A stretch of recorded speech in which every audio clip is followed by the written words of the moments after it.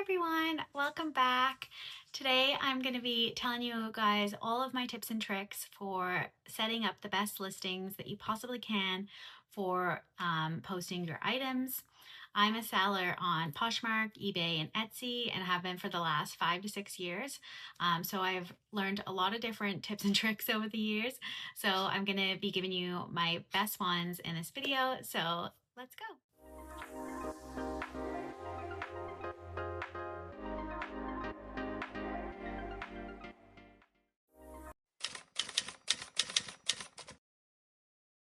Okay, so number one is going to be prepping your item and getting it looking as best as it possibly can before you start taking photos.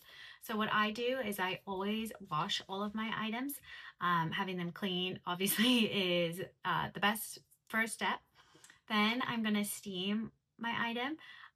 Having something that's wrinkly and taking a photo of it, even if it's a really expensive, high quality, good material, good item, if it's all wrinkled and then you're taking pictures and posting it, it just isn't going to get that many eyes on it as an item that's like freshly cleaned and steamed and all neat and tidy and ready to go.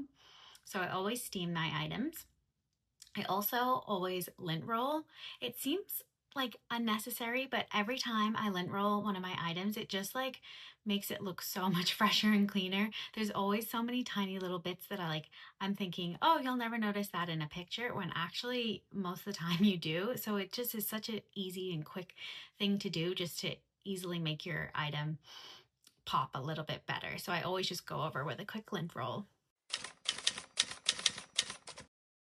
Okay, next up, you're gonna take photos of your listing. I like to take as many as possible, so I will do one just of the front of the item. You wanna make sure you can see the whole item in the picture. I take two of those. We'll come back to that later. I take one of the back just so that you can see what the back looks like, and then have some close-up details, so maybe the buttons, and just maybe the side of the shirt. Then you're also going to take a picture of the label just so that people can see what the brand is, and make sure that the size tag is in there as well. If there's no size tag on your item, make sure you take measurements. I take measurements anyway, even if the size tag is on, because sometimes items fit smaller or bigger, but always take measurements. I always take measurements and post pictures on every single listing that I do, including the material label as well.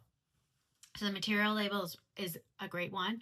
I find if when I first started selling, if I didn't post the material, I would just get bombarded with what's the material, what's the label. So I always try and include that if I didn't, as well as the sizing. So a lot of times people will ask, oh, does this run big? Does this run small? And having the measurements on the photos is going to help you a lot, because at least then people can see, okay, great, here's the measurements I can compare with my own clothing. And it just eliminates that extra step of you having to measure and then get back to them, and by the time you get back to them, it could be a few hours and they're not interested in the item anymore. So the quicker that you are able to get all the information that this person could need about your item, the more likely it's going to sell right away, and they're not going to mull over and think about coming back or not. Next is going to be your cover photo. Your cover photo is everything. It's crazy. It's probably one of the biggest things that is going to get your eyes on a listing. So what I like to do is make sure that I have, as I said, the full item in the first photo so you can see all areas. I also, I'll try and find a stock photo from the brand's website. If I can't get that, then there are a lot of platforms that you can use. Snappy It is the one that I've been using, that you can get rid of the background. You can use a ghost mannequin, fashion model. I know a lot of people do that. I like the plain with the white background and the item, but a lot of people use models on their listings. Color change has been a good one too, because sometimes I'll find a stock photo of the item that I have, but in a different color. So then I'll just swap the color for me, which is really handy. So that's been good. But today I'm just going to use the ghost mannequin. And so it's very simple. So I already did this, but I will do it again just to show you guys how I did it. You just upload your image. You're going to open the picture that you've taken.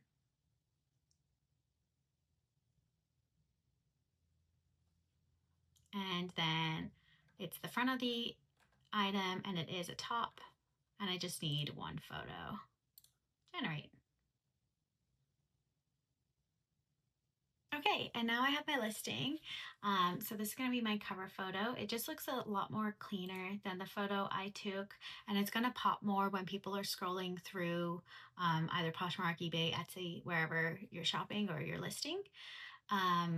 And I just find that even though it's secondhand clothing, people, when they're scrolling and looking through the app and shopping, they want to shop for clothes that you would find on a website, which, you know, most of the time, like, that's not the case. Like, this is just a shirt that I own, that I'm not a professional clothing brand, but it really helps. It really makes a difference. I don't know why, just the marketing behind it, I guess. But yeah, so then I'm going to just upload that here so that I have that as my cover photo, which is going to go on to my next point here. And so that is to end with your cover photo. So have your cover photo, it's your nice, clean, crisp image. And then you're also going to put that image as the last image on your listing. This, if you're looking on a computer, that's fine, but most people are shopping on their phone. So when they're scrolling, they're just seeing one photo at a time. So if you're ending the listing with, let's say, the measurement photo, it doesn't really leave a good memory in your mind of the item. Whereas if their last photo that they're looking at is the best photo that you have, it kind of like makes you feel like, okay, great, like I do really like this.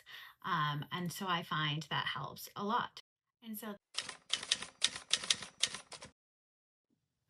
okay, my last point is a catchy title and a long description for your listing.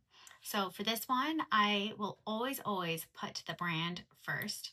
People like to know what the brand is. So like, even if it's an item that they're searching for, if it's Shein versus J. Crew, they're going to be like, oh, cool, that's J. Crew in my price range. I'm going to go click on that one. So I'll always have the brand first. I like to include the color, often the material, and any details about the item. So J. Crew lilac linen button-down shirt. Sometimes I'll put in the size. If it's eBay, I'll always put then size XL. But Poshmark, it's filtered for your size anyway, so I don't feel it's as necessary. But you can definitely include it if you want.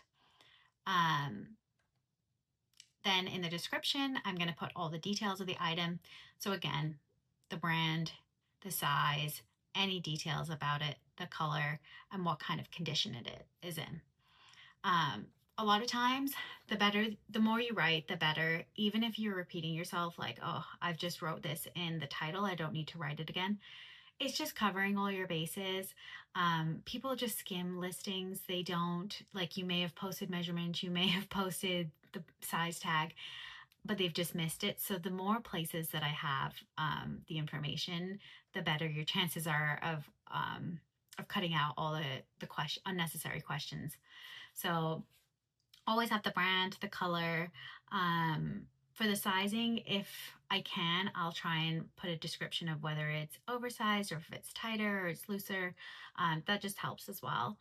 And then the kind of condition it's in. People like to know if there's anything wrong with the item. I'll always be honest, like if there is a loose thread or a little stain, a little mark, even if it's not that noticeable, just include it. People like to know, and it just covers your base too about returns and makes you more reputable as a seller. And those are my top tips.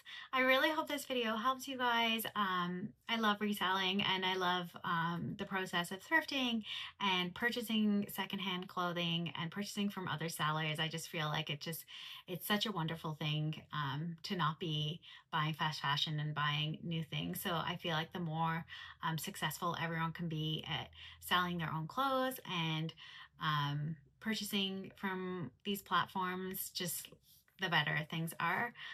But I really hope this helped. And if you do have any other questions or any other tips that you don't think that I've covered, please just leave a comment and I'll try and get back to everyone that I can. Have a good day, you guys. Bye.